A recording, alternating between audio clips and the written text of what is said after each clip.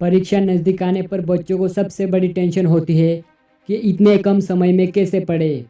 तो आज हम बात करने वाले हैं इस टॉपिक पर। 1. पूरे दिन का टाइम टेबल बना ले। खेलने का वक्त और पढ़ने का वक्त अलग अलग रखें। इससे आपकी बॉडी फिट रह पाएगी और पढ़ने में भी मन लगेगा। और ज़्यादा वक्त पढ़ाई में लगाइए और बहुत कम ब्रेक ले।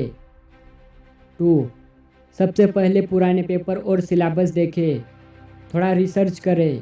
किसी भी एग्ज़ाम की तैयारी शुरू करने से पहले पूरा सिलेबस और पुराने पेपर देखकर थोड़ा रिसर्च जरूर करें। पहले जाने कि सिलेबस में कितने चैप्टर और टॉपिक दिए गए हैं। फिर पुराने पेपर देखकर यह जानने की कोशिश करें कि किस चैप्टर से सवाल ज़रूर पूछे गए, किस चैप्टर से सबसे ज़्यादा सवाल पूछे गए, किस चैप्टर से सबसे कम सवाल पूछे गए, किस चैप्टर से सरल सवाल आए और किस चैप्टर से कठिन।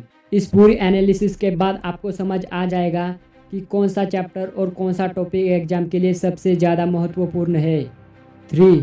अगर आपके पास एग्ज़ाम की तैयारी के लिए 1 महीने का समय बचा है तो आप इस एनालिसिस में आधे से 1 दिन का समय दे सकते हैं। अगर आपके पास 1 दिन का समय है तो यह एनालिसिस आपको 10 से 15 मिनट में कर लेनी चाहिए। आसान चैप्टर को पहले तैयार करें।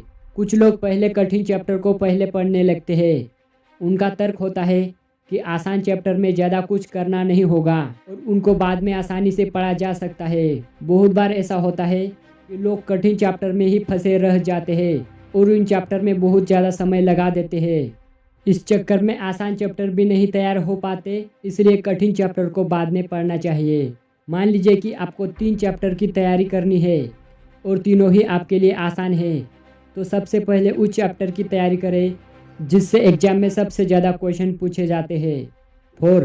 भरपूर नींद और उचित आहार लें। जब आप कम समय में ज़्यादा पढ़ाई करते हैं तो अपने मस्तिष्क पर ज़्यादा दबाव पड़ता है, इसलिए इस समय आपको भरपूर नींद लेनी चाहिए जिससे आपकी एकाग्रता क्षमता पर कोई प्रभाव न पड़े। इस समय आपको बैलेंस डाइट लेनी चाहिए और आपको मैदे से बने खाने से बचना चाहिए, क्योंकि मैदे से बनी चीज़ें या फास्ट फूड खाने से आलस्य बढ़ता है और आपके मस्तिष्क की कार्य क्षमता घटती है।